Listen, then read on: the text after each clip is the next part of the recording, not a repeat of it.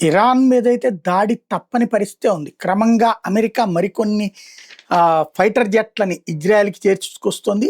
అణు ఒప్పందం విషయంలో ఎంతగా దిగిరాకపోయినటువంటి నేపథ్యంలో ఆహ్, ఏదైతే స్టెల్త్ ఫైటర్ F-22ని ఇజ్రాయెల్‌కి తరలించింది అమెరికా. ఇప్పటికే 2 భారీ విమానవాహక యుద్ధ నౌకలు సహా భారీ స్థాయిలో బలగాల్ని అక్కడికి చేర్చుకొచ్చింది. మధ్యప్రాచ్యానికి F-22 రాఫ్టర్ ఫైటర్లను కూడా తరలించడం, త్వరలో ఇరాన్ మీద దాడి మొదలవుతుందన్న సంకేతం అయితే స్పష్టంగా కనబడుతుంది. ఇజ్రాయెల్ అధికార వర్గాలు కూడా అందుకు ప్రిపేర్ అవుతున్నాయి. టైమ్స్ ఆఫ్ ఇజ్రాయెల్ ఈ మేరకు ఒక కథనాన్ని ప్రొజెక్ట్ చేసుకొచ్చింది.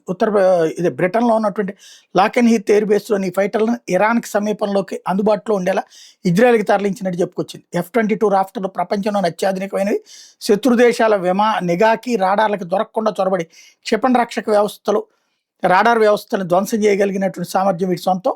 ముందుగా వీటితో శత్రు దేశాల రక్షణ వ్యవస్థలను ధ్వంసం చేస్తే తర్వాత క్షిపణులతో మిగతా ఫైటర్లతో విరుచుకుపడి కీలక లక్ష్యాలను ధ్వంసం చేయడం సులువవుతుంది. ఇప్పుడు అమెరికా దాడి మొదలు పెడితే ఇరాన్ గగనతలంలోకి మొదటగా ప్రవేశించేది F-22 రాఫ్టర్ ఫైటర్లేనన్నట్టు విశ్లేషకులు చెప్తున్నమాట.